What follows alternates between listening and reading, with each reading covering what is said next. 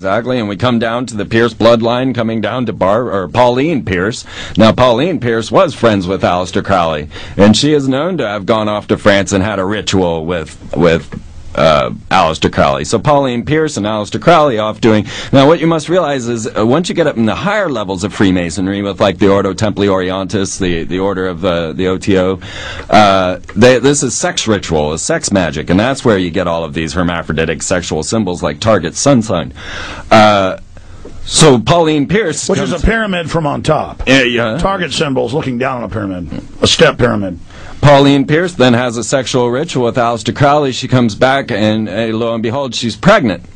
Now, whether or not she was pregnant through Marvin or through Aleister Crowley is not known by the public, but then what we find is she gives birth to Barbara.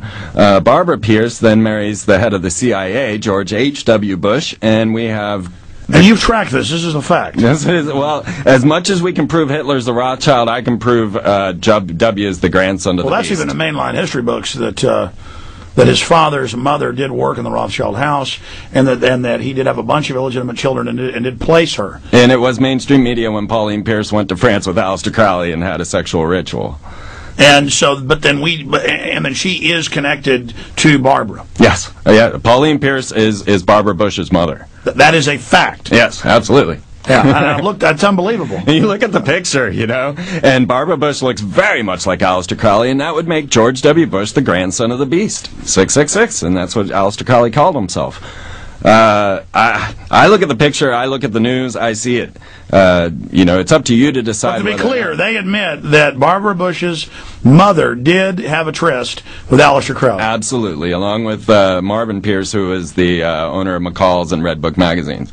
Well, she went off without him and returned pregnant. Yeah.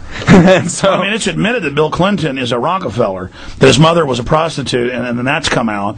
It's admitted that Rockefellers have secret breeding programs. They're obsessed with that. Exactly. And if we believe this, and we see this over and over again, then this isn't that far outside of the realms of possibility. And we can actually track this bloodline from the blowing up of King James at Parliament, or the attempt to, all the way up to the presidents and up to George W. Bush today.